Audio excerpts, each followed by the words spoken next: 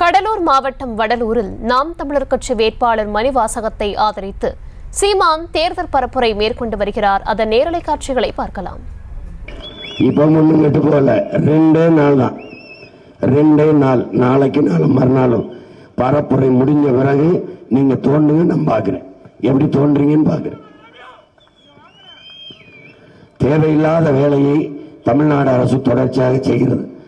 Airport வேண்டாம், அந்த இடத்தில் நாங்கள் ஏற்பூட்டி உள்ள வேண்டும். 5000 ஏக்கரின் விளைநிலத்தை பறிக்காதீர்கள் என்று சொன்னபோது மீண்டும் தட்டுவேன் என்கிறீர்கள். தேவையில்லாத வேலை. இயற்கை துறைமுகம் 2 இறக்கும் போது செயற்கை துறைமுகமாக 6111 ஏக்கரில் தேவையில்லை.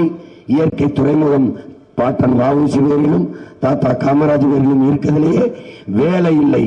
40-50 விழுக்காடு தான் வேலை நடக்கிறது. பிறகு அதற்கு புதிதாக ஒரு துறைமுகம் என்று கேட்கிறோம், கட்டுவோம் என்கிறீர்கள். வேண்டாத வேலையை செய்து கொண்டு இருக்கிறீர்கள். எங்களுக்கு ஒவ்வொரு நாளும் போராட்டத்தை திணிக்கிறீர்கள். என் அன்பு மக்களே, இதையெல்லாம் ஆழ்ந்து பார்த்து நீங்கள் வாக்கு செலுத்த வேண்டும்.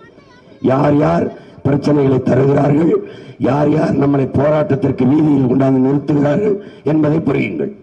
இன்றும் திருவண்ணாமலையில் மேல்மாவில் சிப்காட் தொழிற்சாலை வேண்டாம், எங்களுக்கு நிலம்தான் வேண்டும், எங்கள் விளைநிலத்தை பறிக்காதீர்கள் என்று நமது மக்கள், வேளாண் குடிமக்கள் போராடுகிறார்கள்.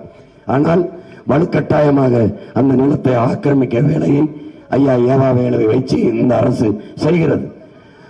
போராடுகிற விவசாயிகள் மேலே துப்பாக்கிச்சூடி நடத்தி மோடி அரசு டெல்லியிலே கொலை செய்கிறது. போராடுகிற விவசாயிகளை குண்டா சட்டம் போட்டு சிறையில் அடைக்கிறது மு.க. ஸ்டாலின் என்கிற திராவிட மாடல் அரசு. இந்த ஆட்சியாளர்களை மறுபடியும் நீங்கள் வாக்கு செலுத்தி அதிகாரத்தில் வைக்கப் போகிறீர்களா?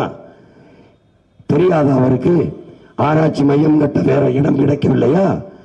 மக்கள் இன்று வழிபடுகிற அந்த பெருவழிதான் கிடைத்ததா? எனவே அறிவார்ந்த தமிழ் சமூக மக்கள், செய்திகளை உடனுக்குடனும் துல்லியமாகவும் தெரிந்து கொள்ள சப்ஸ்கிரைப் பண்ணுங்க.